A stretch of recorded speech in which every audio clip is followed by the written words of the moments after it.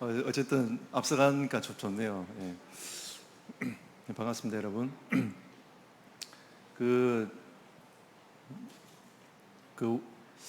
참, 이 강의한다는 게 참 부담스럽기도 하고 어렵습니다. 그런데, 정도우 목사님께서, 예, 하루 전화 오셔가지고 좀 부탁을 하시길래, 다른 교회에서는 제가 안 갔을 텐데, 정도우 목사님 부탁하셔가지고 제가 오게 됐습니다. 오늘 제가 저희 교회 지교회 가는 그 날인데, 기조교 담당 장로님한테 오늘 저 고창에서 오라고 하는데 어떻게 하면 좋겠습니까? 했더니 가셔야죠. 해서 제가 보냄을 받고 이렇게 왔습니다. 예. 이제 제가 정동원 목사님과 같이 그 찬양 사역도 같이 하고 선교 사역도 같이 이렇게 하고 있고요. 또 렘넌트 사역도 같이 하면서 제가 가까이에서 정동원 목사님을 쭉 이렇게 뵈면서 참 렘넌트를 향한 이 중심과 마음들이 굉장히 많이 전달되어지고 제가 굉장히 겸허하게 참 많이 배우고 또 함께 평생 함께 가고 싶은 목사님이기도 합니다. 그래서 좀 제 스스로 좀 친하게 지내고요. 가까이 붙어 있고요. 예. 그리고 이제 올해 저희 교회 한 2번 오셨거든요. 또 하반기 때도 한 번 더 이제 제가 요청할 생각이 있습니다. 저희도 지금 계속 렘넌트 데이를 계속 해오면서 어떻게 이거 렘넌트 운동을 좀 응답을 받을까 이런 고민들을 굉장히 많이 하는 가운데 우리 정 목사님과 이 교회가 응답을 먼저 받고 있으니까 그 응답을 좀 보면서 이렇게 저희 교회도 조금씩 응답을 받아가면서 따라가고 있습니다. 그래서 제가 이제 제안을 했습니다. 목사님, 그러면 저희 교회 교육자들은 매년 연말 되면 내년도 계획도 세우고 어떻게 갈 것인가 기도회도 하고 이렇게 같이 응답을 받는 시간이 있는데 이번에는 정 목사님 교회랑 교육자 모임을 같이 하면 좋겠다. 제가 제안을 드렸고요. 목사님도 흔쾌히 좋아하시더라고요.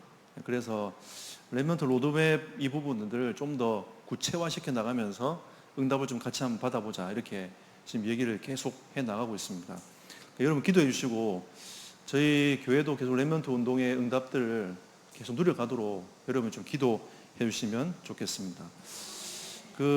오늘 이제 선교 헌신 예배니까 이렇게 제목을 한번 잡아보겠습니다.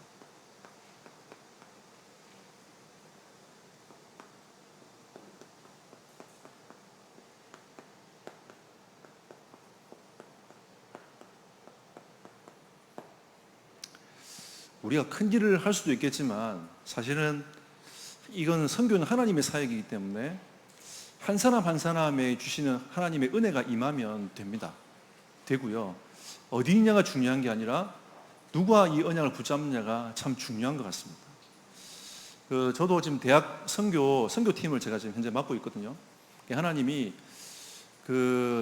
제가 이제 선교학을 전공을 했기 때문에 그 선교학을 전공하면서 하나님께서 저를 대학 선교 전체를 맡도록 저를 인도해 주셨습니다.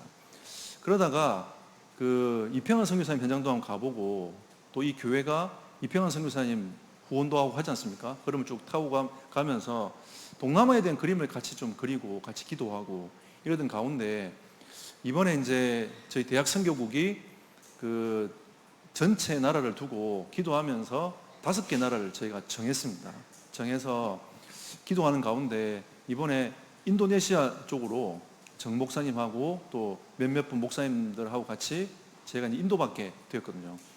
지금 이제 저기 말레이시아는 다음번 시간표에 대학 캠프를 했으면 좋겠다 말씀하셔가지고 이번에 이제 인도네시아로 저희가 들어가게 되는데 10월 달에 예비 캠프로 저희가 이제 들어가게 됩니다. 이런 이제 영적인 소통들을 좀 계속해 나가면서 인도네시아 지금 선교를 계속하고 있는 이유가 뭐냐면 거기에 파송된 선교사님이 대학에서 파송한 선교사님이세요. 그리고 본부에서도 파송을 했지만 대학에서도 파송을 하고 대학에서 파송을 했기 때문에 제가 담당자로서 또 선교사님의 어떤 신변이라든지 이런 상황들을 제가 살펴야 될 이유가 있기 때문에 제가 저희 팀들과 함께 어느 날 들어가게 된 거죠. 들어가니까 선교사님이 선교를 하다가 저한테 들어올 필요 없다면서, 우리 교회는 보여줄 것도 없다면서 저한테 그러시더라고요. 제가 그런다고 안 들어갈 사람은 아니거든요. 그래서 이제 얼굴에도 봅시다, 밥이라도 먹읍시다 해가지고 제가 인도네시아를 들어갔더니 가보니까 상황이 이제 여러 교회에 있는 성도들이 모여가지고 선교 교회가 된 겁니다. 됐는데 교회들이 다 다르다 보니까 갈등이 계속 일어나는 거예요. 그래서 그 갈등 때문에 선교사님이 선교를 접고 들어올까 이런 고민을 굉장히 하고 있던 그런 시간표였습니다. 그때 제가 이제 그 정동훈 목사님께서 DCM UPT나 UPT를 맡고 제가 이제 UPT에서 나와서 선교팀으로 이동을 해놓은 상태였고요. 그리고 그 시점에 UPT에 이제 그 전무인들 중에 선교에 좀 마음을 담은 친구들을 제가 같이 데리고 들어갔었거든요. 들어가서 정동훈 목사님이 작시하셨던 아름다운 교회, 그 찬양을 같이 했습니다. 근데 그 선교지에 있는 우리 그 집사님들과 장로님들이 그 아름다운 교회를 가슴에 딱 담고 찬양을 딱 들으시더니 진짜 자기들이 모여가지고 포럼을 했어요. 우리 이렇게 살지 말자. 교회를 지켜야 되지 않겠냐. 교회를 살리자. 이래가지고 그 찬송으로 그들 스스로의 갈등들이 무너지고 교회가 다시 회복되어지는 응답을 제가 보았습니다. 저는 그래서 아름다운 교회를 참 좋아해요.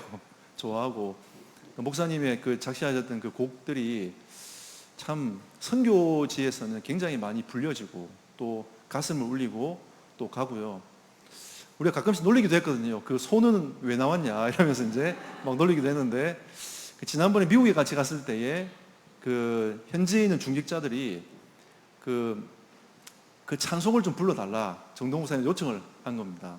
그래서 이제 그 대학 강당에서 그 강당 그냥 말로 하는데도 막 울리더라고요. 그 목사님 얼마나 그 목소리 좋습니까? 찬양을 쭉 하는데 전혀 평상시는 이렇게 울 것 같지 않는 장로님, 권사님이 계속 우시더라고요. 그러면서 하시는 말씀이 선교지에 있다 보면 굉장히 힘들다. 그리고 어떻게 내가 인도받아 가야 될지, 어떻게 응답받아야 될지 잘 모른다. 그리고 어떻게 보면 살아남아야 되는데 이 찬송이 참 위로가 된다. 참 이런 이제 포럼들을 쭉 해주시더라고요.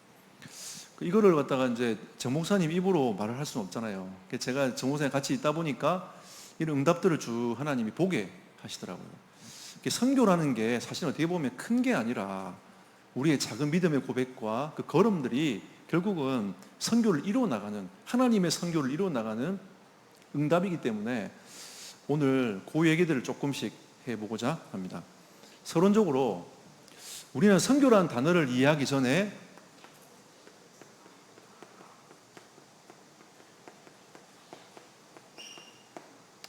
하나님의 사랑에 대해서 묵상을 한번 해보면 좋겠습니다. 우리가 이거는 전도할 이유도 있고 선교할 이유도 이 속에 다 담겨 있는 거죠. 저는 이 성경 구절을 참 좋아합니다.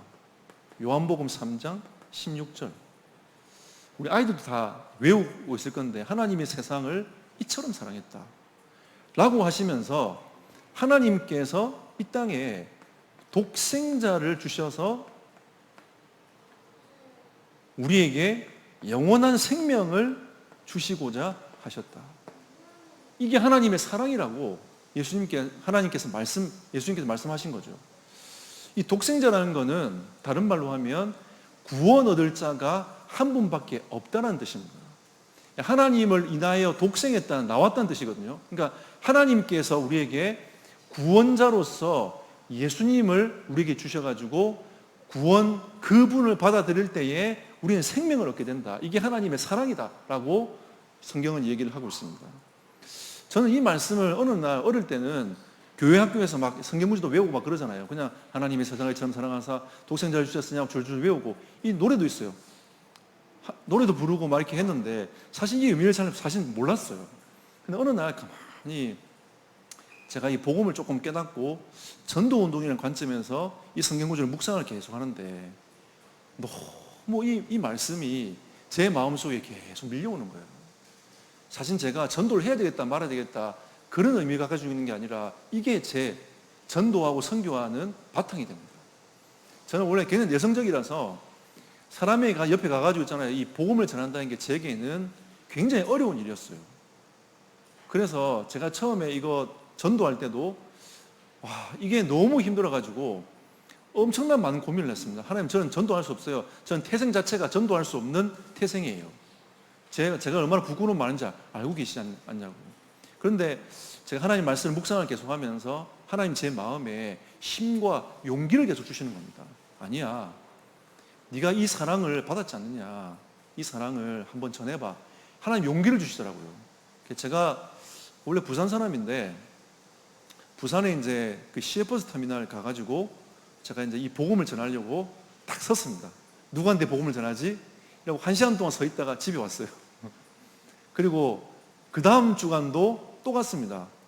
오늘은 복음 한번 전해봐야지 하고 있는데 또 복음 못 전하고 또 집에 갔어요. 그걸 한 3, 4주 하다 보니까 하나님 앞에 제가 이런 얘기를 했습니다. 하나님, 저 안 해요. 안 할 거예요. 이러고 또 이제 포기하고 또 말씀 묵상하는 자리에 앉아서 기도하고 있는데 하나님 또 제 마음에 용기를 주시더라고요. 그래도 한번 마지막으로 한번 가봐라. 이래가지고 제가 갔습니다. 가가지고 뭐 했냐면 누가 복음을 받을까? 누가 예비된 사람이니까 이렇게 생각 안 하고 누가 제일 만만한가? 쳐다봤어요. 누가 내 말을 들어줄 건가? 뭐 고민을 하다가 어떤 할머니한테 앉아 계시더라고요. 왜냐하면 저희 집에 할머니 사셨거든요. 어릴 때 사시다가 돌아가신 노니까 제가 할머니에 대한 그리움도 있고 하니까 할머니한테 가서 복음을 제가 전했습니다. 저는요 하면서 저기요 하면 말 더듬어가면서 이렇게 이제 복음을 한 번, 두 번 얘기를 하기 시작했어요. 근데 복음을 아무도 안 받아요. 몇 주 동안 계속 안 받더라고요. 근데 하나님이 계속 저에게 용기를 주셔가지고 이 복음을 증가할 수 있도록, 지금은 구원의 길이 딱 나와 있지만 그 당시는 구원의 길이 없었어요. 그래서 제가 옛날에 그 CC에서 사형리 그 훈련을 받았기 때문에 그 사형리 가지고 가가지고 복음을 이렇게 제시를 한 겁니다. 어느 날 한 분이 예수님을 영접하더라고요. 너무 좋은 거예요. 왜냐하면 제 첫 경험이에요, 첫 경험. 너무 좋은 거예요. 와, 이러면서 이제 너무 좋아가지고 집에 올 때 막 날아갈 것 같이 막 이렇게 했었는데, 사실은 그 원동력이 어디 있었냐면 이 메시지였어요. 하나님이 나를 독생자를 주기까지 사랑하셨구나. 나 같은 죄인을 내가 뭐라고, 하나님이 나를 독생자를 주기까지 사랑하신 이 사랑을 내가 받았지 않느냐. 이 감격이 계속 밀려오더라고요. 그리고 로마서 5장 8절에 우리가 아직 죄인 되었을 때에 하나님은 예수님을 어디로요? 십자가로 가게 하신 겁니다. 이 십자가로 가게 하셔서 이 십자가가 하나님의 사랑이라고 얘기를 하는 거죠. 당신의 아들을 죽여놓고 이게 왜 사랑일까? 그러면 다른 말로 하면 당신의 아들을 죽이기까지 사랑하신 그 사랑이 나에게 온 거 아니겠습니까? 저는 이 사랑이 사실 이해가 잘 안 되더라고요. 이해가 안 됐어요. 왜 그랬을까? 여러분 자녀들 있지 않습니까? 여러분 자녀를 죽이고 다른 사람을 구원하기 위해서 내어주겠습니까?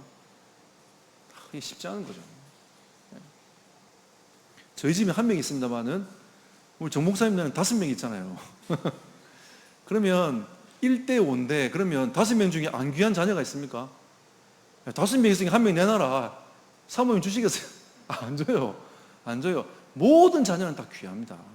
근데 당신의 자녀를 십자가에 내어 주어서 죽기까지 사랑하신 그 사랑으로 나를 사랑했다는 거죠. 이거 생각해 보니까 너무 제 마음이 이해할 수 없지만 이 사랑이 계속 밀려오는 겁니다. 근데 이 사랑을 실제로 실천하는 사람이 있더라고요. 그래서 제가 여수 애양원에 제가 가봤습니다. 혹시 여러분 가보셨습니까? 거기는 한센병을 가진 사람들이 모여 있는 곳이거든요. 그 교회를 손양원 목사님이 심무하시다가 이제 손양원 목사님 소천하셨잖아요. 거기 현장 가봤습니다. 제가 손양원 목사님의 일대기도 제가 책으로도 여러 번 봤거든요. 이분의 별명이 사랑의 원자탄입니다. 그 제가 애양원을 가보면서 제가 이제 전사 때 우리 교회 아이들, 중고등학생 아이들 데리고 애양원을 가셨어요. 거기는 이제 전염이 일어난 사람들은 병원에 격리돼 있고, 전염이 일어나지 않는 사람들은 그 안에 보면 방이 이제 원룸 같은 방들이 쭉 있어요. 그 안에 한 분 한 분씩 앉아 계시더라고요. 우리 아이들 팀을 나눠가지고, 선생님들하고 팀을 나눠가지고 그 방에 이제 쭉 들어가서 그분들을 만나도록 이렇게 미션을 줬거든요. 저도 이제 들어가서 한 분을 만나서 대화를 하는데, 이분이 이만 두꺼운 그 노트를 하나 꺼내시더니 쭉 펼치시더라고요. 한 3분의 1쯤 쓰셨어요. 보니까 뭘 해야 하냐면, 그동안 자기를 만나고 간 모든 사람들 기도 제목이 싹 다 적혀 있어요. 그리고 제보고도 기도 제목 내놓으래요. 그래도 얘기 쭉 하니까 자기가 쭉 적으시더라고요. 이 한센병이 와오니까 한쪽 손은 문드러져가지고 이렇게 아예 손이 없고, 한쪽 눈도 문드러져갖고 없고, 코도 문드러져 없어요.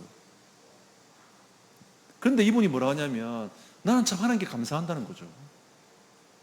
왜? 내가 이 복음 받았기 때문에 너무 감사하고, 손영아 목사님 같은 분을 만나서 너무 감사하다, 이런 고백을 쭉 하시더라고요.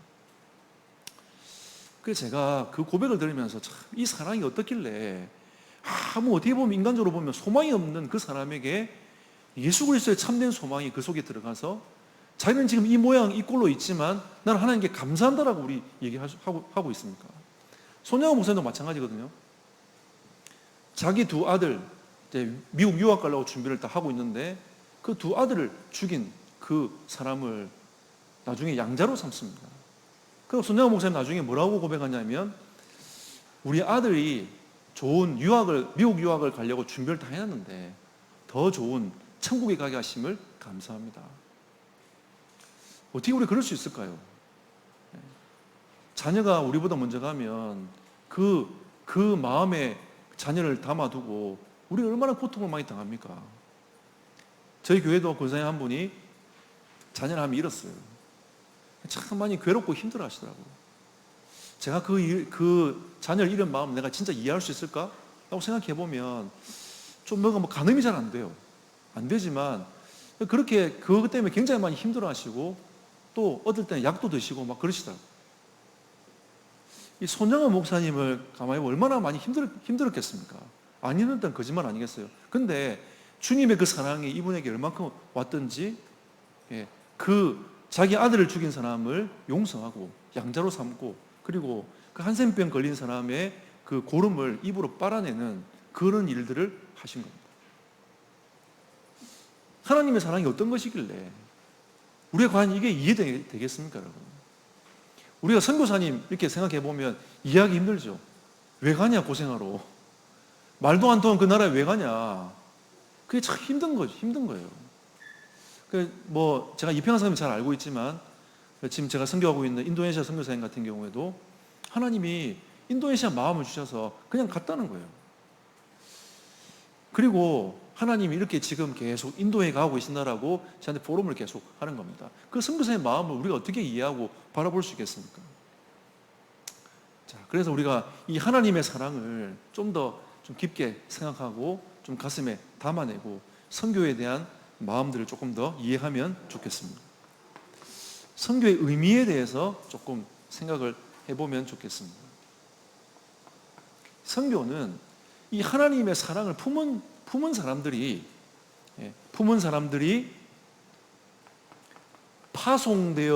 파송되고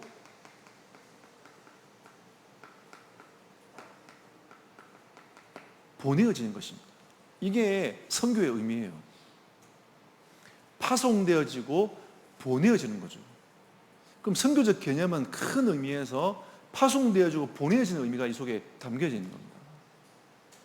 이게 원어적인 의미예요.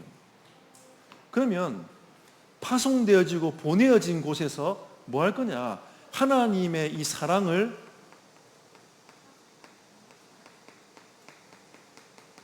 선포하는 거죠. 이거는 그냥 육신적인 사랑이 아닙니다. 부모와 자식 간의 사랑이 아닌 거죠. 하나님의 사랑인 거죠. 우리는 다른 말로 이거를 복음이라고 얘기합니다. 복음을 선포하는 거죠. 우리가 하나님이 사랑을 너 같은 인간을 하나님이 구원하시기 위해서 독생자를 보내어서 십자가에 내어주신 그 사랑에 대해서 우리는 선포하는 겁니다. 이게 선교의 의미인 거죠. 그래서 우리는 사도행전 1장 8절 이 말씀처럼 복음 증거의 삶이 우리에게는 당연한 것이 되어지는 것이고 이게 하나님의 은혜가 되어지는 것입니다. 내가 전도했어, 내가 선교했어, 이게 했다라고 우리가 자랑할 게 아니라 이건 당연한 것이다. 우리가 당연히 전도하는 것이고 당연히 이 복음을 모든 민족에게 하나님이 보내는 곳에 가서 선포하는 것이다. 하루는 저희 딸이 저한테 그러더라고요. 자꾸 나가니까, 다락방 목사도 바쁘잖아요. 그러니까 자꾸 나가니까 안 나갔으면 하는 눈치예요. 그리고 이제 선교 가면 보통 제가 일주일 이상 주일을 비우는 경우들이 많으니까 오랫동안 못 보잖아요. 한 10일 이렇게 못 보니까 안 갔으면 좋겠다, 이런 눈빛이야.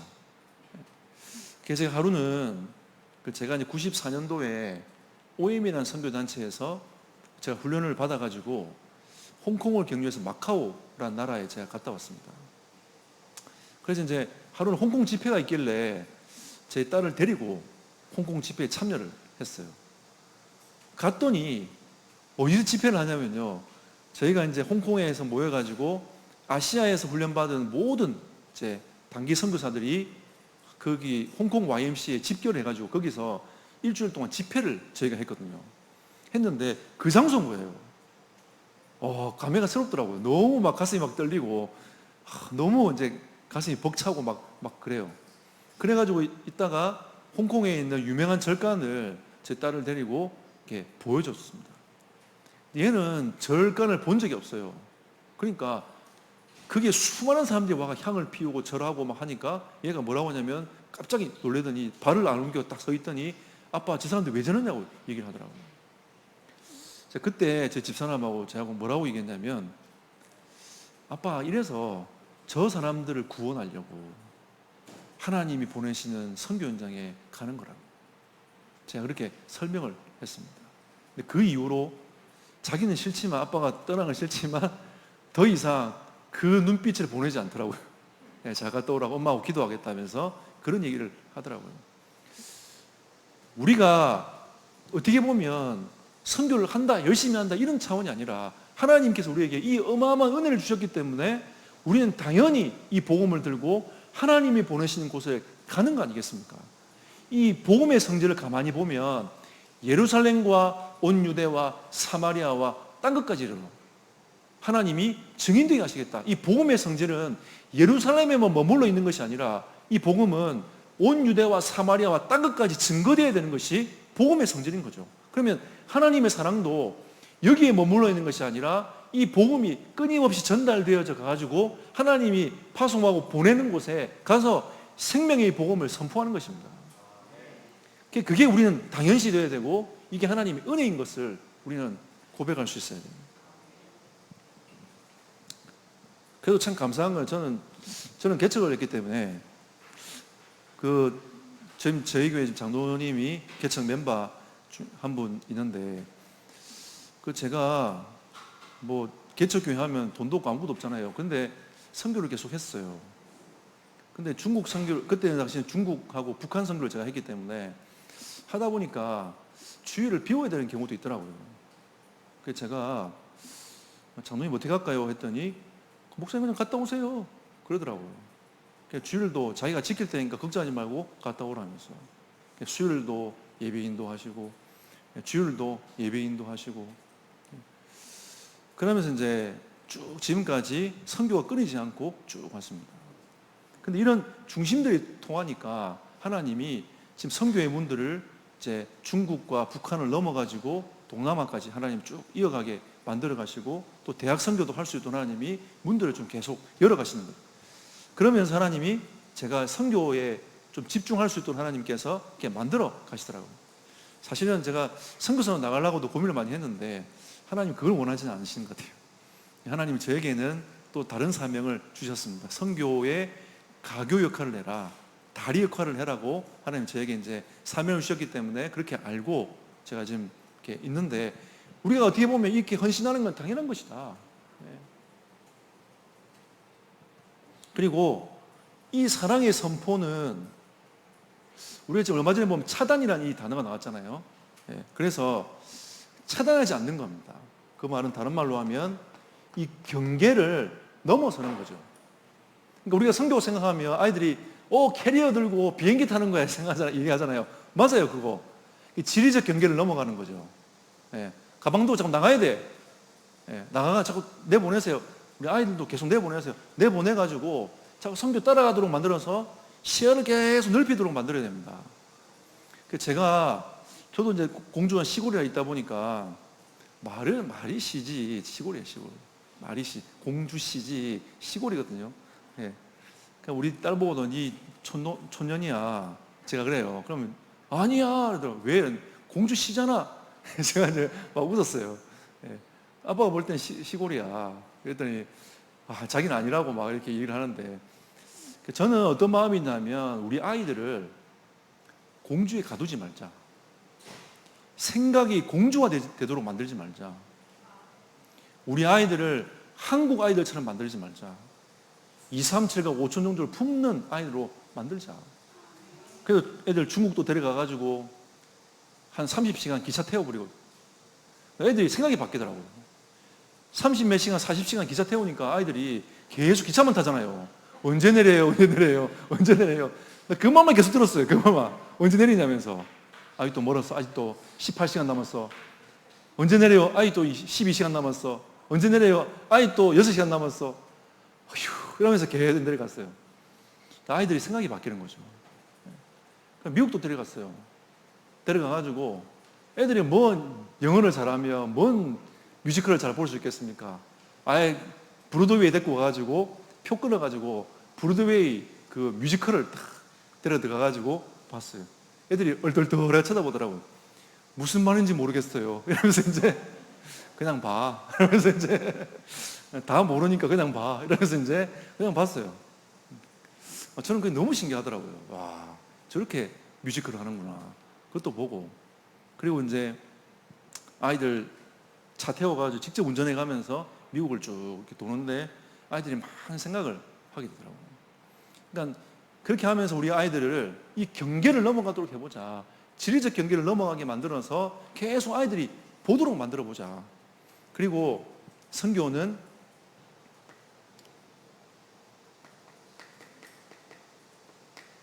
지리적 경계도 넘어가면서 문화의 경계도 넘어가야 됩니다. 언어인 거죠. 그래서 이번 요즘에 유 목사님께서 그 진짜 선교를 가슴에 품고 있는 우리 렘넌트들을 언어 공부시켜라. 요즘에 이렇게 메시지 막 나오잖아요. 그래서 저는 참 어쨌든 이 문화를 넘어가기 위해서는 언어가 꼭 필요합니다. 유 목사님은 통역자이기 때문에 통역 쓰면 돼요.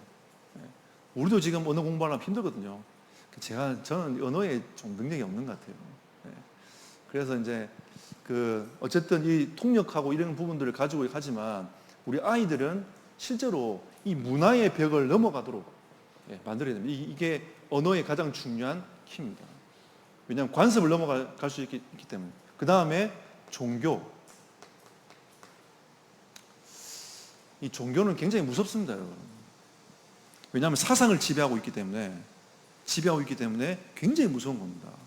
그러니까 무슬림의 그 종교 사상이 나라의 법을 뛰어넘어요. 공산 사상이 모든 종교의 사상을 뛰어넘습니다. 이걸 우리가 뚫고 들어가서 이 경계를 넘어서 이 생명의 복음이 증거되어야 되기 때문에 사람들은 있잖아요. 가다가 배교해요. 바꿉니다. 자기에게 어려움이 오잖아요. 그럼 배교합니다. 특히 무슬림들은 복음 받아놓고도 나중에 자기가 사회적으로 여러 가지 생명의 위협과 압박이 오니까 그냥 예수님을 다시 버리고 다시 무슬림을 선택한 사람도 있어요. 사실 이게 초대교회도 마찬가지였습니다. 히브리서에 보면 이 그리스도인들이 다시 유대교로 다시 개종하는 일들이 막 생긴단 말이죠. 그러니까 히브리서 기자가 너 그렇게 하지 마라. 우리가 하나님의 사랑을 어떻게 받았느냐. 너희가 배교할 게 아니라 그 하나님의 사랑을 가지고 복음을 전해야 된다. 우리에게 허당한 증인들이 있지 않느냐라고 하면서 히브리서 기자가 쭉 얘기를 한단 말이죠. 그때와 마찬가지입니다. 그러니까 이 종교의 문제는 굉장히 큰 문제인 거죠. 우리 그 지금 유목사님 5천 종족 얘기하잖아요. 그 5천 종족 중에 이 인도라는 나라가 있습니다. 인도가 1등이거든요. 5천 종족의 1등. 아직도 복음이 들어가지 못한 미전도 종족이 2천 종족이 넘어요. 인도 안에만. 이 인도에 이 복음이 들어가야 되는데 인도는 지금 힌두 문화권이 있습니다. 종교를 갖고 있단 말이에요. 혹시 여러분 기회 되면 그 인도 영화를 한번 보세요. 그럼 거기는 뭐가 나오냐면 항상 노래가 나와요. 춤추고 막 노래하고 있잖아요. 그 다음에 또 뭐가 나오냐면 인도 신이 꼭 나옵니다. 모든 영화에, 제가 본 영화에 인도 신이 다 나와요. 이걸 집어넣어가지고 계속 그걸 심는 거죠. 전 세계에 퍼뜨립니다. 헐리우드 다음으로 유명한 그 영화사가 인도에 있어요. 그러니까 상당히 인도 쪽에는 이 종교를 가지고 영화로 굉장히 잘 풀어냈습니다. 제가 한번 영화를 보는데 너무 감명 있게 봤어요. 이분이 이 인도 영화인데 종교적인 걸 가지고 자꾸 찾아가면서 그 자기 나름대로 진리를 찾아가는 영화인데 너무 표현을 잘 해놓은 거예요. 이야, 인도 사람 천재다, 천재. 어떻게 이런 표현을 다 했을까? 이 종교, 경계 넘어간다는 게 참 쉽지 않은 거죠. 자, 그리고 선교의 세 번째 의미는 이 복음 공동체를 세워가는 겁니다.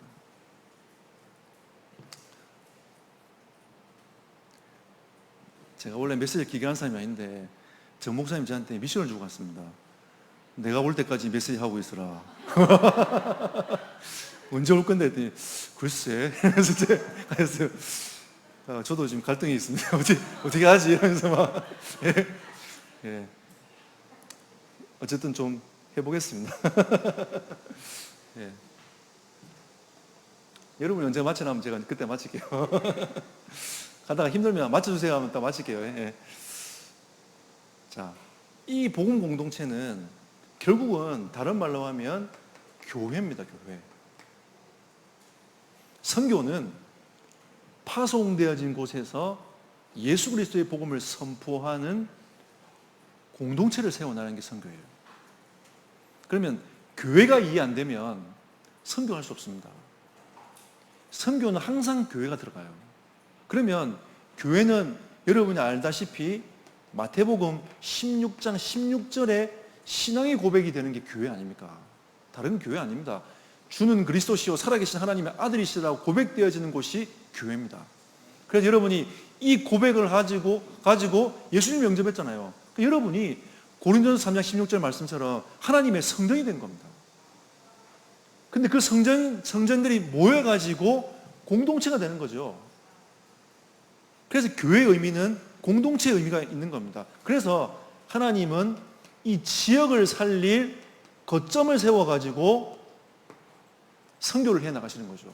고창 창대교회를 하나님이 거점을 세워가지고 하나님은 이 선교적 교회로 하나님 삼아서 이 호남과 전 세계 복음을 하나님 꿈꾸고 계시는 겁니다.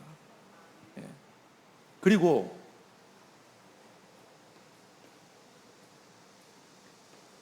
에베소서 2장 20절로 22절 말씀해 보니까 이건 눈에 보이는 교회지만 이건 눈에 보이지 않는 교회입니다. 그리스도를 머리로 한 하나의 공동체인 거죠. 그러니까 그리스도를 머리로 한 하나의 공동체. 그러니까 여러분들 여기에 다 구성원들이 다 있는 거죠. 그러면 여기는 한국 사람만 있다 칩시다. 그럼 여기는 또 다민족들이 다른 나라 사람들이 많겠죠. 그럼 이 부류가 2, 3, 7, 5천 종족이 되는 겁니다. 그러니까 그리스도를 머리로 한 하나의 공동체를 하나님이 세워나간 겁니다. 그래서 예수님은 제가 지난번에 중직자 대학원 때 강의를 한번 했었는데 이 교회의 의미가 예수님께서 예루살렘 성전을 허물고 당신의 교회를 세우겠다 했거든요. 이 의미를 갖고 있는 거죠. 그러니까 그리스도를 머리로 한 하나의 공동체, 모든 예수 그리스도를 믿음으로 고백하는 모든 사람들이 하나의 교회가 되는 겁니다. 네, 하나의 교회가 되는 거예요. 그래서 이거를 보고 유니버셜 처치라고 합니다. 하나의 공동체가 되는 건데 예수님은 지금도 여러분을 불러가지고 교회된 여러분을 불러서 이 하나가 되는 공동체에 이 교회를 세워나가기를 하나님 원하시는 거죠. 하나님의 선교적 교회가 되기를 원하시는 겁니다. 그러니까 우리 이 지역에 이 교회가 있기 때문에 지역만 복음을 전해야 돼, 이런 개념을 이제 벗어나야 됩니다. 우리 장로님이 복음 전하다 보니까 남편이 이제 교회를 다니다가 좀 잘 안 나오시는 분이 있는데, 전도하다 보니까 이런 분들이 있대요. 네 남편이나 교회 데리고 나가라, 무슨 전도하냐면서 그러더라고요. 그래서 갑자기 장로님이 전도를 멈추시더라고요. 그래서 제가 왜 멈추냐, 모든 사람들 하나님의 시간표가 있습니다. 내가 원해서 구원할 것 같으면 이미 끝났지, 구원은. 그죠? 우리 원해서 다 구원받은 사람들이 들어올 거 아닙니까? 제 진짜 소원은 주님이 빨리 재림하는 거예요. 세상 살기 힘들잖아요. 우리가 복음을 누리지만 얼마나 힘들어요. 내일 아침 밥 걱정도 해야 되고, 저녁 걱정도 해야 되고, 자식 걱정도 해야 되고, 얼마나 많습니까? 근데 그거 다 없애. 주님 재림하면 끝나요. 우리가 새 몸을 딱 입어가지고 하나님 앞에 가서 영원히 하나님과 복락을 누리며 살 건데, 무엇담시 이 세상에서 막 고민해가면서 살아갑니까? 아웅다웅 해가면서 내 사랑하니 안 하니 하면서 막 따져가면서 이렇게 살아갈 필요가 뭐 있습니까? 제가 원하는 진짜 소원은 주님이 빨리 오시는 거예요. 근데 우리의 소원대로 잘 안 되잖아요. 하나님 시간표가 다 있는 겁니다. 하지만 우리가 보는 시간표는 이 천국 복음이 땅까지 증거돼야 돼요. 그래야 끝이 오는 겁니다. 요즘에 또 유 목사님 다민족 메시지 계속 하시잖아요. 흩어진 자 메시지 계속 하면서 저는 그 메시지를 진짜 선교적 메시지를 계속 받고 있거든요. 맞아. 결국은 이 땅에 점점 가면 갈수록 좋은 세상이 사라지는 게 아니라 재앙이 계속 오는 세상이 살아갈 건데, 그럼 우리의 렘넌트들을 어떻게 키워낼 것인가? 어떻게 우리가 보호하고 키워나갈 것인가? 이런 고민이 계속 된단 말이죠. 그래서 하나님은 이 선교적 의미가 이런 개념으로 여러분 이해하시면 좋겠습니다. 그래서 여러분들이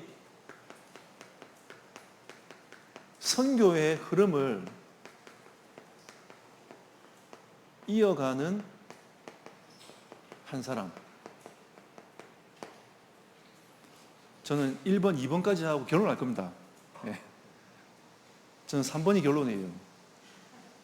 주일날도 한 35분, 길면 35분 메시지 하는데 1번, 2번 하고 결론이 3번이에요. 3번입니다. 그래서 결론은 3번 하고 2번이 좀 길어요, 대신에. 이해를 해주세요. 정도 목사님 보이면 제가 펜을 더 놓겠습니다. 자, 이 우리가 생각하는 역사의 주관자는 하나님이십니다. 그래서 하나님 역사는 어떻게 움직이냐면 구원 역사로 움직입니다. 하나님은 구원 중심으로 모든 하나님의 시간표를 돌려가시기 때문에 구원 중심으로 하나님의 역사가 진행이 돼요. 그러면 반드시 하나님의 시간표가 있을 거 아니겠습니까? 이 하나님의 시간표에 맞는 하나님은 한 사람을 찾으시는 거죠. 그게 선교사입니다. 그리고 한 나라로 파송하시는 거죠. 이게 하나님의 역사입니다. 자, 그러면 조금 더, 그럼 하나님은 어떤 한 사람을 찾고 세워 오셨냐라고 간단하게 보시면요, 좀 어려운, 하여튼 영어가 들어간 이름이 나오면 굉장히 어렵지 않습니까? 혹시 여러분 윌리엄 캐리라고 아십니까? 이 사람은 1793년 인도 선교사로 파송된 사람입니다. 우리 개신교 역사의 최초의 선교사, 선교의 아버지라고 불리는 이분이 윌리엄 캐리입니다. 우리가 이제 선교를 헌신예배생 이 정도는 이름을 좀 기억하시면, 윌리엄 캐리예요. 근데 이 사람 직업이 뭐였냐면 구두 수송공이었어요. 구두 수송공이었는데 하나님께서 이 윌리엄 캐리에게 하나님의 시간표에 따라 선교사로 세워가지고 한 나라로 보냈습니다. 그 나라가 어디냐? 인도예요. 지금 우리가 2천 종족이 넘게 아직도 복음이 못 들어가고 있는 인도가 있지만 하나님은 우리는 지금 5천 종족을 두고 계속 우리가 언약 붙잡 기도하고 있지만 하나님은 이미 인도라는 이 나라에 마음을 품고 계셨다는 거죠. 그래서 윌리엄 캐리를 개신교의 최초의 선교사를 불러가지고 하나님이 인도에다가 집어넣어 버렸어요.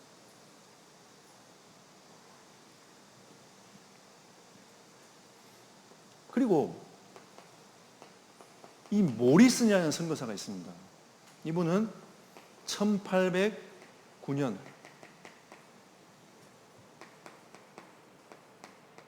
중국이라는 나라에 파송된 인물이죠. 우리 뭐 중국 하면 허더슨 테일러 얘기하지 않습니까? 허더슨 테일러는 내지 선교를 한 대표적인 인물이고요. 중국에 처음으로 파송된 인물이 모리슨입니다.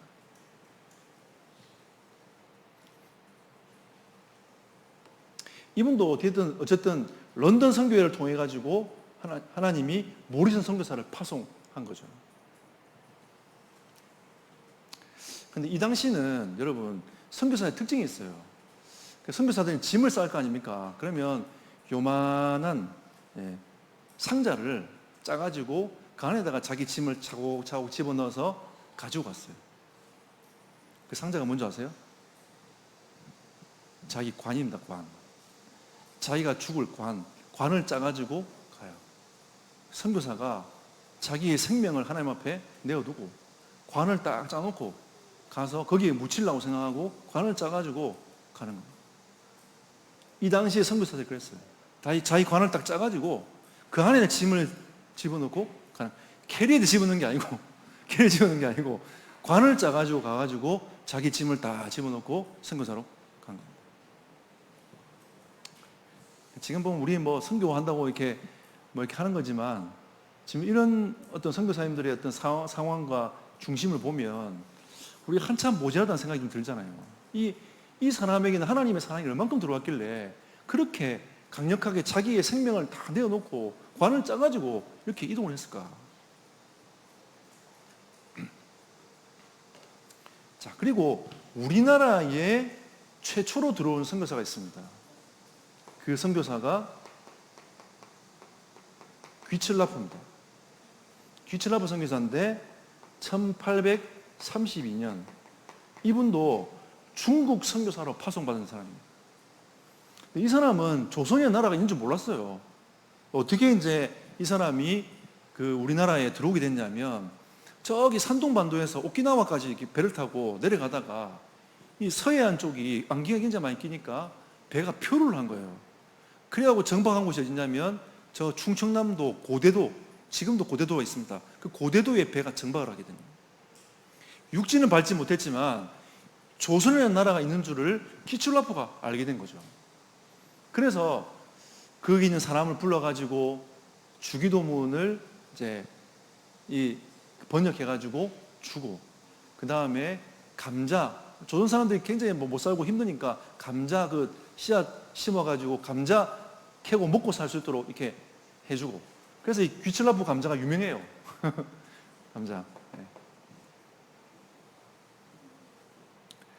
근데 이 귀철라프가 뭐였냐면, 자, 여러분, 귀철라프 한 게 별로 없어요. 그냥 감자 심도록 하면 해주고, 주기도문 번역하고 이제 왔단 말이에요. 근데 귀철라프가 어떻게 기도했냐면, 전능하신 하나님께서 쇄국 정책을 쓰고 있는 이 약속의 땅에 복음이 들어갈 것을 믿습니다. 그러면 귀철라프가 한 것은 다른 게 아니라 믿음의 고백만 한 거죠. 이게 귀철라프가 한 거예요.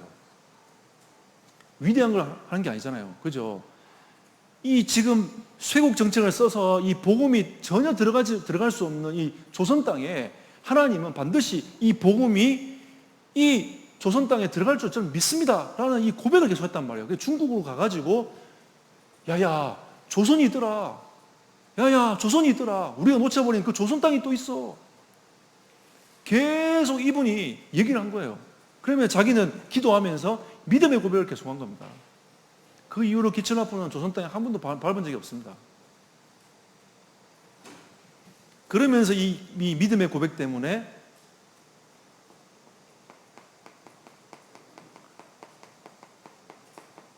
조선 선교가 시작된 겁니다. 참 기가 막힌 거죠.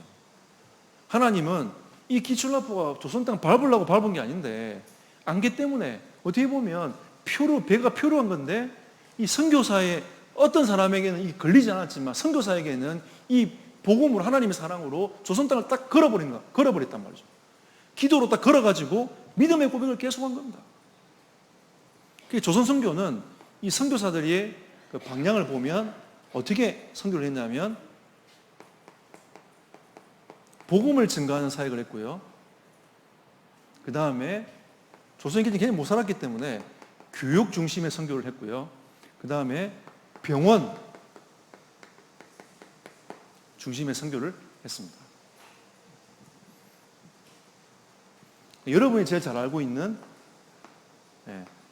로버트 토마스 선교사. 대부분 사람들이 이제 토마스 선교사가 우리나라의 최초의 선교사다 이렇게 얘기를 하는데 사실은 이제 귀철라포가 가장 먼저 들어왔고요. 그 다음에 토마스 선교사는 최초의 순교자입니다. 순교자. 최초는 단어는 맞는데 순교자인 거죠. 이분도 어떻게 이분이 조선을 알았겠습니까? 1866년에 중국 선교사로 왔어요. 근데 얼마 안 있어가지고 아내가 죽은 겁니다. 얼마나 낙심이 되겠습니까? 자기 사랑하는 애가 죽었으니까. 자기가 낙심해가지고 선교 그만해야 되겠다. 집에 돌아가야 되겠다. 이런 마음을 딱 먹고 있는데 뭔가 하얀 옷을 입고 사람들이 막 다니는 거예요. 누구냐니까 조선 사람인 겁니다. 그 당시에 조선에 천주교 핍박이 계속 일어났거든요. 천주교 신자들이 중국으로 피난 와가지고 우리나라가 백의 민족 아닙니까? 하얀 옷 입고 막 색깔 쓰고 막 다니니까 저 누구냐 물어보면서 토마스가 그때 조선이 있구나 이래가지고 내가 조선 선교해야 되겠다 하나님의 부르심을 그때 딱 붙잡은 겁니다. 여러분 토마스는 복음 한번 못 전해보고 죽었습니다. 미국 상선을 타고 들어갔는데 상선이 불을 타는 바람에 이제 대동강변에 잡혀가지고 박충권이라는 사람한테 목이 쳐서 죽은 사람이 토마스 선교사예요. 그때 품고 있던 성경 줬어요. 그때는 그냥 목이 쳐가지고 이 토마스 선교사가 죽었단 말이에요. 이 소식을 듣고 영국에 있는 이 하노버 교회가 과연 조선의 나라가 어떤 나라길래 우리 아들의 생명을 앗아갔냐라고 하면서 그 아버지 목사님과 그 교회가 자기 아들을 죽인 자기 또 선교사를 죽인 이 조선 땅을 두고 기도하기 시작했습니다. 이 기도의 불이 옮겨졌어요. 기도의 불이 옮겨져 가지고 불이 타기 시작한 겁니다. 나중에 이 박충근이라는 사람이 쭉 지나가 가지고 우리나라에 선교사들이 들어오기 시작하니까 그 선교사가 어느 날 주막에 들어서 가만히 보니까 그 벽에 성경이 쫙 발려 있는 거예요. 나중에 알고 봤더니 토마스 선교사가 들고 들어갔던 그 성경 종이 질이 좋으니까 그걸요 문에다가 창호지처럼 발라봅니다. 옛날에 종이 굉장히 귀했잖아요. 뚫어보면 어떻게 메꿉니까 그거를. 근데 이 성경 종이 질이 좋으니까 그걸 발라놓은 거예요. 그래서 선교사가 이게 뭐냐 했더니 이제 그 성경인 걸 이 선교사가 알게 된 거죠. 그래가지고 그 선교사를 통해 가지고 이 박충원이라는 사람이 예수님을 영접하게 됐습니다. 이런 일들이 벌어지는 거죠. 하나님 역사는 어떻게 될 줄 몰라요. 이 토마스 선교사가 죽었다는 얘기를 순교했다는 얘기를 듣고 누가 반응했냐면 또 중국에 있던 로스와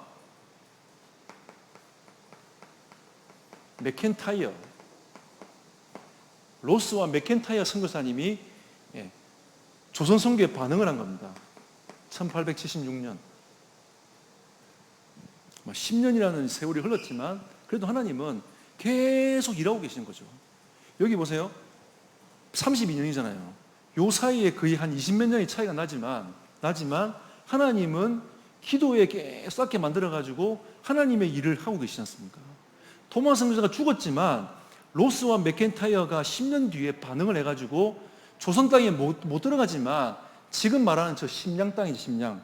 중국 심양 있잖아요. 거기가 고려문이 있었단 말이에요. 그러니까 조선 상인들이 중국을 왔다 갔다 하는 그 상인이 있었어요. 거기에 로스와 맥켄타이어 가가지고 중국 상인들을 중심으로 전도하기, 복음 전하기 시작했습니다. 그래서 조선인 선교가 그때 시작된 겁니다. 조선 땅에 와서 선교가 시작된 게 아니라 디아스포라, 흩어짐, 또 이 상인들이 와 있는 그 현장으로 가서 복음을 전하기 시작한 거죠. 지금 우리나라도 다민족들 많잖아요. 이 외국 말이 어려우니까 맥켄타이어는 좀 믿기 쉽더라고요. 넥센타이어인가? 그래서 이제 혼자 막 연상법을 가지고 하다 보니까 맥켄타이어는 금방 외워지더라고요. 참 어려워요. 역사가 참 힘들고 어렵습니다. 이거 그냥 쓱 지나가도록 그냥 들으시면 됩니다. 근데 우리 이거 마음을 우리가 담아내는 거니까 마음을 담아내면 돼요. 이거 로스 맥켄타이어 몰라도 됩니다. 근데 이분들이 이 중국 만주 땅에서 이 상인들을 데리고 복음을 전하기 시작했습니다. 그래서 이 고려문에서 이 백홍준이라는 사람이 조선의 최초의 세례자가 된 겁니다. 선교사님을 통해서 최초의 세례자가 된 거죠. 그럼 이들이 뭐 했냐면 이 상인들을 데리고, 똑똑한 상인들을 데리고 뭐 했냐면 로스와 맥켄타이어가 조선말로 성경 번역을 시작했어요. 아까 이 문화는 언어라고 있지 않습니까? 우리가 지금 보고 있는 이 성경이 그때 이게 번역이 된 거예요. 그 이후에 또 뭐 우리나라 이수정이라는 사람이 성경 번역, 일본에서 번역도 하고 뭐 이런 일들이 막 벌어졌지만, 그러니까 이런 이제 번역 작업들이 계속 진행이 된 겁니다. 우리가 여기서 또 봐야 될 것은 뭐냐면, 지금은 우리가 이 성경 66권을 들고 있지만 옛날에는 이쪽 복음, 마가복음, 마태복음, 이쪽 복음 있잖아요. 이거 한 권씩 해가지고 이쪽 복음 9,500권이 조선 땅으로 들어왔어요. 이 사역을 한 겁니다. 여러분, 지금 인쇄술이 발달해가지고 쫙 찍어내면 되지만 이 당시는 어떻게 합니까? 적든지.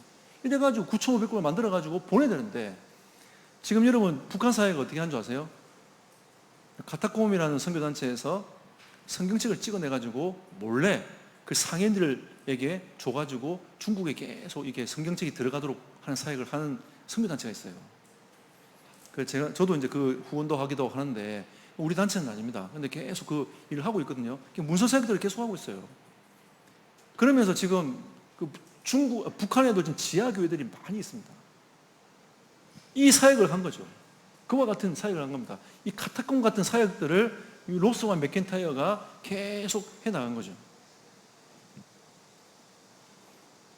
여기서 또 나온 대표적인 인물이 서상륜이라는 사람이 있는데, 이 사람이 이 선교사님을 통해서 영접하고 병도 치유되고 회복돼가지고 조선 땅에 못 들어오니까 이 사람이 조선에 들어와 자기 집에 와가지고 자기 집을 교회로 드린 겁니다. 그게 소래교회예요. 우리나라 최초의 한국 사람이 세운 교회, 소래교회. 저기 북한 땅에 있습니다. 황해도에 하나님이 이 소래라는 지역에 소래교회를 세우도록 하나님이 만드신 거죠. 이런 작업들을 하나님이 계속 해 나가신 겁니다. 자, 그리고 알렌이라는 선교사 들어보셨죠? 옛날 알렌 공사 뭐 이렇게 옛날에 그 미스터 션샤인인가? 그 드라마에 보면 나와요. 드라마에 보면 그 미국 공사가 알렌입니다. 알렌. 이 알렌이 1884년 의료 선교사로 들어옵니다. 어떻게 보면 우리나라의 조선 땅을 밟은 최초의 선교사라고 볼 수 있는 거죠. 그러니까 자기가 가지고 있는 전문성을 가지고 들어왔지 않습니까? 그 당시는 이 고종이 딱 쇄국정책을 쓰고 있기 때문에 내가 선교사다 못 들어가요. 그러니까 이 알렌 하나님의 그 기능 가진 선교사를 통해 가지고 하나님이 조선 땅을 밟게 만들었단 말이에요. 만들어 놓고 이 알렌 하나님의 사건을 하나 터뜨려 갖고 민비 시해 사건을 아시지 않습니까? 그 시해 사건을 통해 가지고 민영익을 알렌이 하나님 은혜로 고치게 돼요. 그래 가지고 황제가 뭘 주냐면 알렌에게 여러분 잘 아는 이 최초의 서양식 병원 강혜원을 줍니다. 그리고 나중에 이 강혜원이 제중원으로 바뀌어요. 이 제중원이 나중에 세브란스로 바뀝니다. 이게 흐름으로 쭉 가게 되는 거죠. 근데 사실은 어떻게 보면 이 알렌이 이 광해원이라는 플랫폼을 딱 만드는 거잖아요. 그죠? 이 플랫폼을 딱 만들었는데 플랫폼을 딱 만들어 놓고 이 알렌이 고종한테 얘기해가지고 우리 이 병원을 돌리려면 사람이 필요하다 해가지고 재가를 받습니다. 그래가지고 들어온 사람이 언더우드. 언더우드 선교사. 언더우드 선교사는 뭐 아무것도 없어요. 그냥 목회자인데 조선 땅에 들어올 수 있는 방법이 없으니까 이 플랫폼을 가지고 들어오게 된 거죠. 그 다음에 아펜젤러 이런 사람들이 들어왔습니다. 그리고 뭐 의사 선교사인 존 헤론, 앨러스 스크랜튼 이런 여자 그 선교사님도 들어와 가지고 헌신을 계속했어요. 사실은 이 당시에 그 미국, 호주 이쪽, 영국 이쪽에서 이제 선교사님들이 굉장히 많이 들어오셨단 말이죠. 근데 미국도 왜 여성 선교사가 이렇게 많았냐고 미국 역사를 가만히 보니까 그 당시에 미국도 남북 전쟁을 통해 가지고 남자들이 굉장히 많이 죽었단 말이에요. 그 여성들이 사회로 진출해 가지고 굉장히 활발하게 이제 이렇게 사회 활동들을 하고 있던 그런 시기였습니다. 하나님 그렇게 만들어 놓고 전 세계의 선교사들을 남자 여자 할 것 없이 여자의 전문성 선교사들을 또 하나님 조선 땅에 또 다른 나라 중국, 일본 이쪽으로 파송을 시켜가지고 하나님의 선교를 해 나간 거죠. 뭐 그까지 또 얘기하면 또 굉장히 복잡해지기 때문에 그냥 이렇게 이제 하게 된 겁니다. 근데 이 들어왔던 이 선교사님들이 같이 모여갖고 예배를 시작한 거예요. 제중원에서 예배를 시작한 겁니다. 뭐 다른 거 없잖아요. 할 수 있는 게 아무것도 없으니까 나가서 뭐 노방전도를 합니까? 예수 믿으라고 얘기합니까? 할 수 있는 게 없으니까 그냥 제중원에 모여서 이들이 예배를 드리기 시작했는데 참 희한하죠. 이 예배 드린 것 때문에 있잖아요. 하나님이 교회를 세워나갑니다. 그래서 언더우드가 세운 세문안교회 서울에 있습니다. 한번 가보세요. 그러니까 애들 데리고 있잖아요. 저기 양화진 이런데 방문해 보세요. 양화진은 원래 이 동대문, 남대문 있잖아요. 그 옛날에 그 대문 안쪽은 양반들이 살고 밖에는 그냥 버려진 땅들이 굉장히 많았단 말이에요. 선교사가 죽으니까 그 고종 황제가 양화진을 그 선교사 무덤으로 내줘가지고 거기에 묻히도록 했는데 거기가 이제 선교사의 무덤이 있어요. 가보면 쫙 있습니다. 있고요. 그 다음에 거기 위에 가보면 세문안교회라는 이런 아펜젤라에 세운 이 교회들이 쭉 있어요. 우리는 이렇게 선교, 우리나라도 유적들이 굉장히 많기 때문에 선교 유적지 탐방 이런 것도 굉장히 좋습니다. 공주도 있잖아요. 선교사 무덤이 있어요. 공주도 이 충청도 지역의 거점 지역이었습니다. 그래서 그 중심으로 유관순도 와서 이제 교육도 받고 이러면서 그 교육받아갖고 이화학당으로 올라가고 이런 일들이 막 벌어진단 말이죠. 호남은 여기 군산, 전주 이쪽으로 해가지고 복음이 내려와서 이쪽으로 쭉 호남 쪽으로 뻗어 내려갔습니다.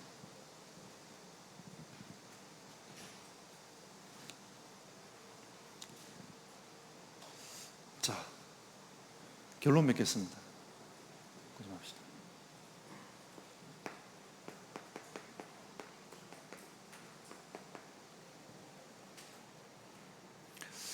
한국에는 200만이 넘는 다민족들이 와 있습니다. 제가 들어가 보니까 데이터에 잡혀 있는 나라가 17개 정도 되더라고요. 이게 시시때때로 바뀌긴 하지만 17개. 근데 참 희한한 거는 이 5천 종족 안에 있는 종족이 17개예요.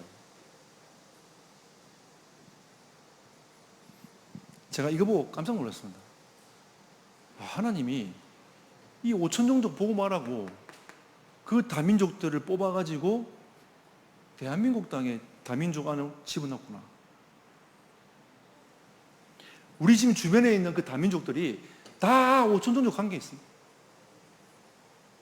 1등이 인도지만 그 말고 그 뒤에 뭐 파키스탄, 뭐 중국 안에도 아직도 복음이 못 들어간 이 다민족들이 한 200개가 넘게 있어요. 그러니까 우리는 지금 중국 어마어마한 나라긴 하지만 이 지금 사단이 공산권을 가지고 그걸 잠그고 있단 말이에요, 지금.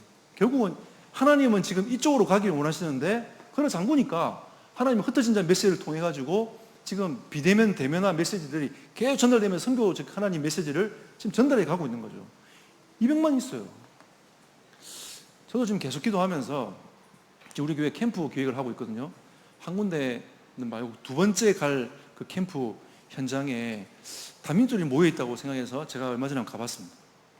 그 다민족이 원룸 주변을 쭉 살고요. 그 다음에 우리 교회 권사님이 다니는 공단이 있는데 그 공단에 스리랑카 사람들이 있어요. 그 친구들이 한동안 코로나 전에 저희 교회 나왔었거든요.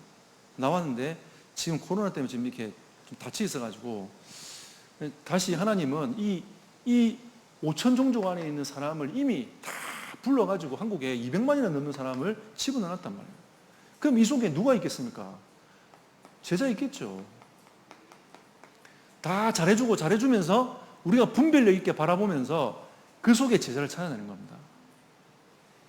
이번에 흩어진 자 메시지잖아요. 분별력을 가지라고. 그리고 그 속에 사명자 있다. 그럼 우리 찾아내라. 이렇게 말씀하신 것처럼. 근데 시간이 좀 걸릴 수 있어요.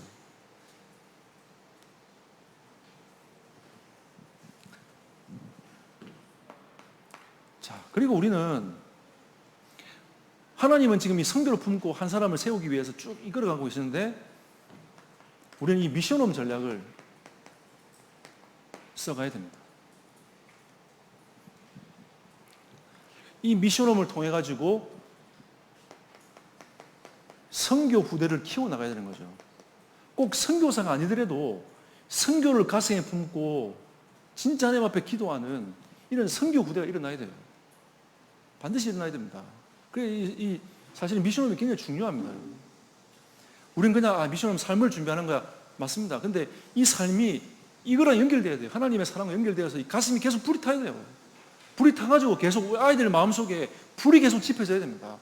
진짜 하나님이 나에게 이 하나님의 사랑으로 이 땅을 하나님이 보호하기 원하시는구나. 이 하나님의 사랑으로 모든 민족에게 복음이 증거되기 원하시는구나. 가슴이 불이 타도록 만들어야 돼요. 근데 아이들은 공부도 해야 되고 하잖아요. 그래서 이제 이 제한된 집중을 해야 됩니다.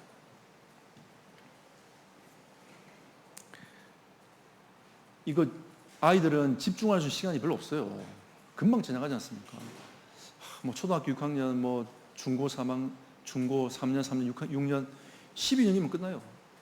금방 쑥 지나가 버립니다. 언제 복음 심습니까? 또 아이들 중학교 올라가면 막 연예인들 막 해가지고 막 연예인 사로잡혀가지고 막 그것 때문에 막 울고. 제가 옛날에 그 경찰 그 경비 설 때 그 HOT 경비를 한번 제가 쓴 적이 있거든요. 우리 아이들은 모를 겁니다. HOT. 예. 이걸 그때 당시에 이거를 어떻게 읽느냐에 따라서 신세대, 구세대가 나눠졌어요. 핫! 이렇게 읽으면 구세대고 HOT를 읽으면 신세대. 그때 그 당시에는 그 HOT 그걸 썼는데 어떤 애가 선물 이만한 걸 준비해가지고 가는 거예요. 그 내가 HOT 멤버 중에 한 명한테 사인을 내가 받았거든요. 자기가 그걸 바꾸자는 거예요, 나한테. 자기 선물하고 그 사인을 바꾸자는 거예요. 나는 사인이 필요 없어. 여자 연예인도 아니고. 그래서 이제 줬거든요. 제보고 선물 가져가라고 2만 원 보따리 내가 딱 주는 거예요. 좋다고 받았죠. 근데 그걸 들고 있잖아요. 아이가 어떻게 하냐면, 그래서 우는 거예요. 왜 울지? 왜 울지? 그 사인이 너무 좋아가지고. 걔는 24예요. 24. 우리 아이들이 그쪽으로 24 간다니까요. 시간이 없어요. 제한된 집중해야 됩니다. 이거 해야 돼요. 미션을 모아가지고 제한 집중해야 됩니다. 이제 금토일 시대 온다고 안 합니까? 저도 요즘에 산을 사야 되나? 산을 사자. 이러면서 이제 우리 건축부한테, 장로님한테 한번 말해야 되겠다. 산을 삽시다. 산속으로 들어갑시다. 금토일 시대 온다는데 적어도 3일은 교회 있지 않겠냐. 예?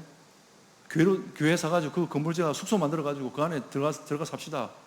금토일 시대가 오면 저도 금토일, 주일날, 토요일날, 금요일날 교회에서 나도 살아야 되겠다. 이런 마음을 먹고 있는. 왜? 제한된 집중 필요합니다. 지금 여러분 교회 미션홈 하면서 계속 인도받아가고 있지 않습니까? 저희는 대학 미션홈을 계속 해왔거든요. 교회에서 제 아파트 2채를 얻어가지고 남자 미션, 여자 미션홈 계속 이렇게 쭉 인도해 왔습니다. 우리가 왜 대학 미션을 했냐면 대학이 마지막이다.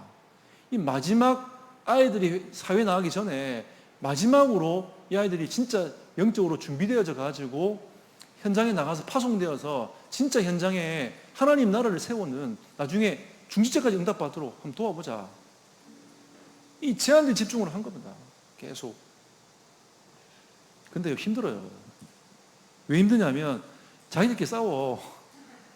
갈등이 계속 일어나. 왜냐하면 살아온 방식이 다 다르잖아요. 그러니까 막 자기들끼리 울고 막 찢고 뽑고 막 남자애들은 막 속으로 욕하고 막 지기 인간이냐면서 막 이러면서 막 자기들끼리 막 어떤 애는요 자기 몸은 그대로 두고 나가고요.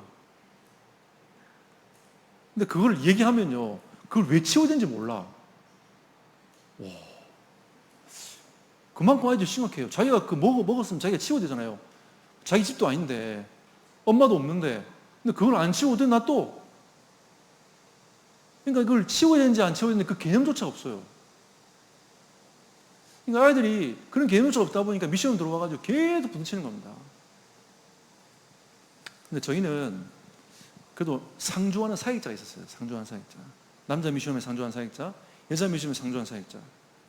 이 사역자들이 내가 지금 직장을 다니고 있지만 아이들하고 살면서 이 복음을 함께 나누면서 이 마지막 이 제한된 집중을 내가 하겠습니다.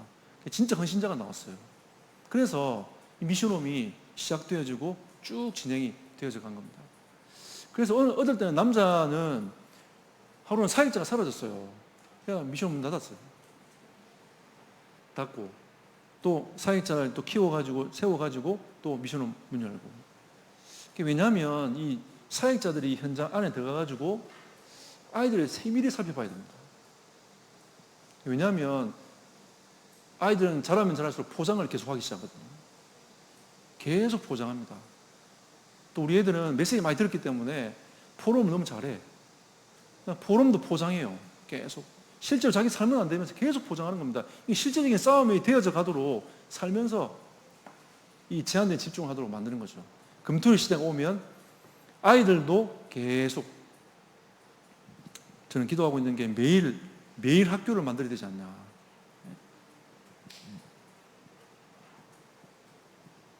그리고 우리는 이 선택적 집중을 해야 됩니다. 렘넌트 시기 놓치면 안 됩니다. 놓치면 절대 안 돼요. 여러분이 진짜 그 마음을 가지고 여러분이 지금 헌신해 오고 있지 않습니까? 그 마음을 진짜 여러분들이 가지고 계속 중심을 담아서 가야 됩니다. 이건 절대 놓치면 안 돼요.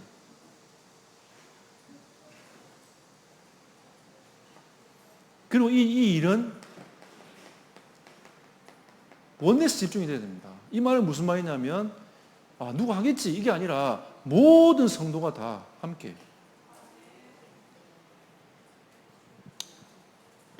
고창 장대교회는 원네스 집중 잘 되고 있으니까 잘 하고 계시니까 이거 여러분 꼭 하셔야 돼요.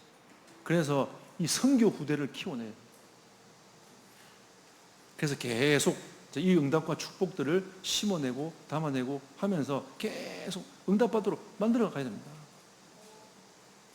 여러분 휴가 랩런트 대회로 가시잖아요. 그죠? 그 휴가를 써가지고 선교 가십시오. 선교 따라가시고 현장 보고 기도하고 이러면서 그냥 가방만 들고 뭐 다른 나라 간다고 좋아가지고 가는데요. 괜찮습니다, 여러분. 여러분 아이들을요 계속 선교에 노출시켜줘야 돼요.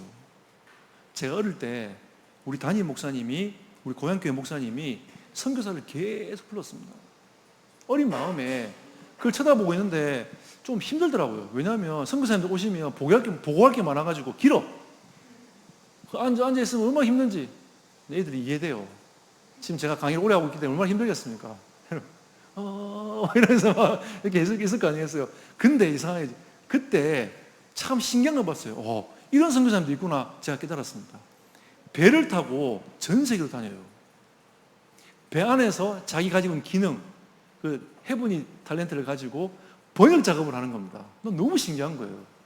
그 번역 작업을 해가지고 이제 이 배가 러시아에 정박한다면 러시아어로 쫙 번역해가지고 문서를 전도지를 만들어가지고 배에 내려가지고 그 전도지를 배부하는 겁니다. 뿌리는 겁니다. 그런 선교사님도 계시더라고요. 어떤 선교사님은 단기로 2년을 갔다 오는데 선교사님을 돕는 선교사예요. 선교사들이 가정 케어를 하는 미셔너리 케어하는 선교사입니다. 그런 선교사의 어떤 사정들을 쭉 보니까 제가 어릴 때 뭔가 가슴에 불은 안 타도 저런 분도 있고 저런 분도 있고 계속 노출됐단 말이죠. 어느 날 하나님의 시간표가 딱 오니까 저도 선교사로 가야 되겠다. 우리 선배들이 가는 그 선교의 길을 가야 되겠다. 이런 이제 마음을 하나님 딱 주시는 거죠.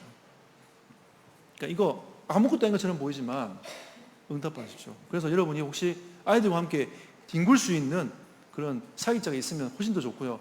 원내 선교 하면서 제한된 집중에 안 되면 여러분 이틀씩 끊든지 하루씩 끊든지 해가지고 아이들하고 살아요. 그렇게 해가지고 아이들이 계속 영적 흐름을 타고 가도록 만들어내야 됩니다. 그리고 이 대학생들은 지금 코로나 때문에 못하고 있는데 그 방학 때마다 1개월, 2개월씩 해가지고 전체 집중을 하는 시간이 있어요. 미션홈 아이들만. 그래서 정 목사님도 오시고 저도 가고 이렇게 거점을 만들어 놓고 그 미션홈 사역들을 계속 가면서 지금까지 사역을 해왔거든요. 그 사역이 뭐냐면 이 제한된 집중, 선택의 집중을 하게 되는 겁니다. 그러니까 전 지역에 있는 대학 사역자들이 원내에서 집중을 하는 거죠. 교회를 넘어서 그렇게 사역하면서 계속 해나가는 겁니다. 근데 사역을 진짜 해보니까 빨리 잘 안 변해요. 그런데 괜찮습니다. 변하고 안 변한 건 하나님께 있는 거고 우리는 우리 사역을 하는 거예요. 그러면 진짜 하나님의 시간표가 딱 오잖아요. 그러면 역사가 일어나는 겁니다. 자, 그래서 마지막으로 이 예수님의 사역을 가만히 보면 합숙 사역이잖아요. 동거 사역입니다. 그래서 여러분들이 가능하면 아이들하고 사세요. 요한복음 12장 20절로 33절. 제가 대학 사역할 때는, 직접 할 때는, 공동체 사역할 때는 미션홈이 없었어요. 그래서 사역자들을 저희 집에 불러가지고 제가 중국 가서 닭이를 사와가지고 있잖아요. 응답받아가지고 차를 한 잔씩 따라주면서 중국은 좋은 게 뭐냐면 커피를 한 잔 마시면 끝나잖아. 중국은 차는 계속 부어줄 수 있어요. 또 부어주고 마시면 또 부어주고. 중국 문화는 우리나라처럼 주면 바로 탁 마시고 있는 게 아니라 그냥 조금 마시고 놔두고 그러면 잔이 비워지면 또 채워주고. 이게 중국 문화예요. 저는 처음에 그거 모르고 그냥 마시고 놔두더니 계속 주더라고. 계속 마셨어요. 나중에 화장실만 계속 계속 갔는데, 근데 그렇게 이제 제가 중국 사역 하다가 우리 그 렘넌트 대학생들 집으로 불러가지고 그렇게 주니까 나중에 아이들이 뭐라고 저한테 얘기하냐면 목사님 그때가 제일 좋았어요. 그러더라고요. 저랑 같이 얘기하면서 포럼하면서 기도했던 그 차 마시는 그때가 제일 좋았어요. 그때는 이제 제 본 모습을 못 봤으니까 좋았겠죠. 그렇게 동거만 해도 돼요. 근데 우리가 이제 지금은 삶을 다 바꿔야 되기 때문에 예수님은 동거 사역을 하신 겁니다. 그리고 예수님의 사역은 아까 앞에도 얘기했지만 십자가에 달리는 겁니다. 그리고 예수님은 뭐라고 하냐면 한 알의 밀알이 땅에 떨어져서 썩어야 된다. 이게 예수님의 메시지입니다. 그러면 우리가 큰 걸 하는 게 아니라 한 알의 밀알이 여러분의 그 중심과 그 사역들이 담겨져 가지고 선교에 담기고 후대에 담기고 가면 하나님께서 그 응답의 문들을 쭉 열어 가신다는 거죠. 저는 어떨 때 해외 갔다 오면 내가 무슨 사역을 하고 왔을까 이 고민할 때가 있어요. 근데 그 역사를 가만히 이렇게 지켜보면 하나님은 지금도 단 한 번도 그냥 온 적이 없어요. 하나님이 그냥 온 것처럼 보이지만 하나님의 문을 쭉 열어갔어요. 중국 사역 갈 때도 대학생들 만나고 복음을 얘기하면서 이 아이들이 목사님 저는요 중국에 있지 않고요 미국 가서 살 거예요. 어떤 친구는 난 목사님 저는 목회자 될 거예요. 이랬던 친구들이 어느 날 미국 가 있고 어느 날 한국에서 신학하고 있고 지금 한국 안에서 목회자 일을 하고 있습니다. 신도 가끔씩 만나거든요. 만나면 반가워가지고 막 얘기를 해요. 그러니까 우리의 사역이 작은 거지만 하나의 미랄이 떨어질 때에 그것이 나중에 이 2, 3, 7, 5천 정도를 살리는 영적인 파급으로 계속 뻗어가 간다는 겁니다. 하나님의 큰 은혜가 임하기를. 정 목사님 오지 않으셨지만 저는 마쳐야 될 것 같아요. 예, 그래서 하나님이 주신 그 은혜가 창대교회에 크게 임하기를 예수 이름으로 축복합니다.